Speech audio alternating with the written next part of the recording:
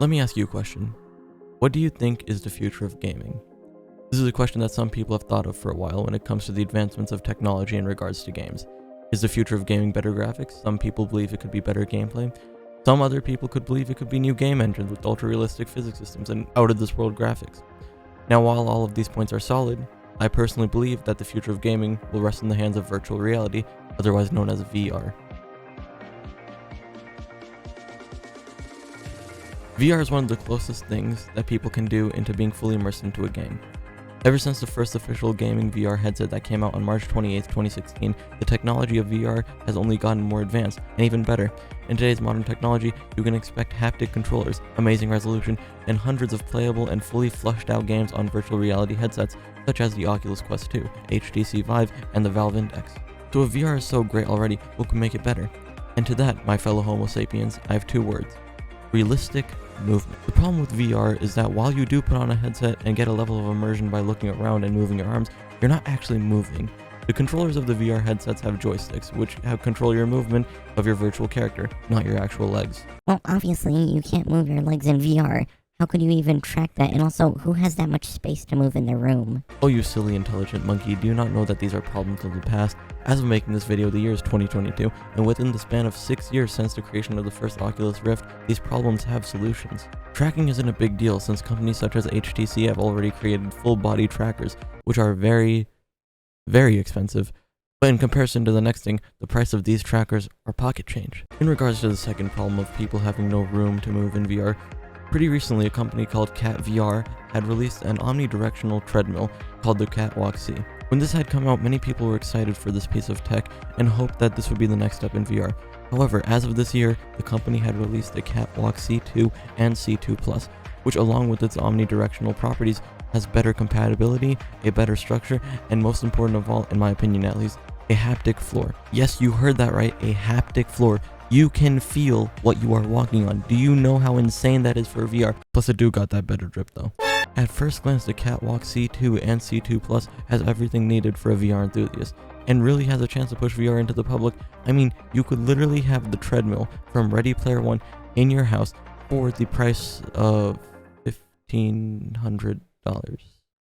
Oh, okay, I see why this isn't more popular. I mean, obviously, that's a lot of money, and I mean, I also, bought myself a piece of technology that was slightly overpriced for its time and completely drained my bank account, so, no one in their right mind would really buy this thing, right? You fool, do you think I'm in the right mind? I bought a 3090 during the peak of scalping season. Nothing will stop me, I swear, nothing!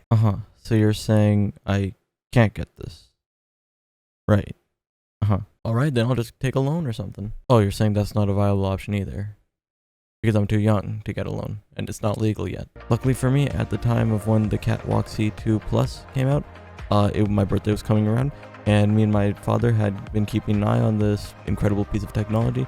So when the day rolled around, I just asked my parents, and they had said, alright, let's just get our little sentient Homo sapien this treadmill so we can walk around in VR. In all actuality, he could have just done that, and that's the thing too. All jokes aside, my loving parents did decide to get me the, treadmill thing.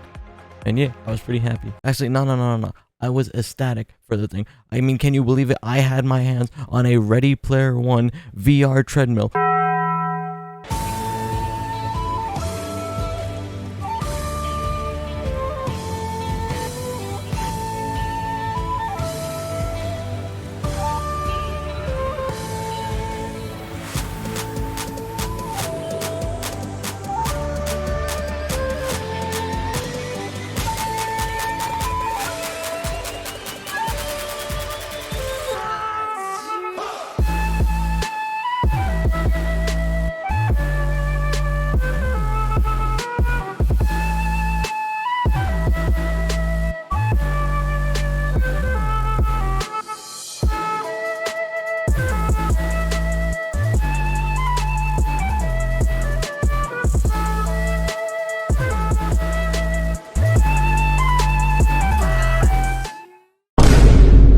So, the Catwalk C2 Plus is, in all honesty, the best piece of technology I've ever gotten for myself. The Catwalk C2 Plus is able to do everything that I've wanted from VR. I was able to walk in my games, I was able to feel the ground in my games, I was able to do so much more. I was able to experience what it was actually like to be in like a game like Blade and Sorcery, for example. I was a Sith Lord. Can you believe that? I was a Sith Lord killing Jedis with Darth Malgus' lightsaber. It was the sickest thing I've ever done in my life. Coolest thing, 10 out of 10. So the Catwalk C2 Plus, bottom line, is the greatest piece of technology I've ever bought.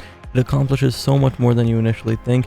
It's a dedicated VR space in your room, which I found was a big plus. And the technology inside the machine is just astounding to me. So if you ever do find yourself with $1,500 and are a VR enthusiast, I obviously will suggest that you buy this Catwalk C2 Plus. Now obviously there are some cons to the Catwalk C2 Plus, however I do believe that the pros outweigh the cons, and this thing is amazing. I cannot stress that enough. This is the best thing I've ever bought. So if you ever do have $1,500 and you are a VR enthusiast and you just really want to be a Sith Lord, then yes, get this machine. It's getting continuous updates to its firmware. More and more games are getting compatibility to this, and I'm just so excited for the future.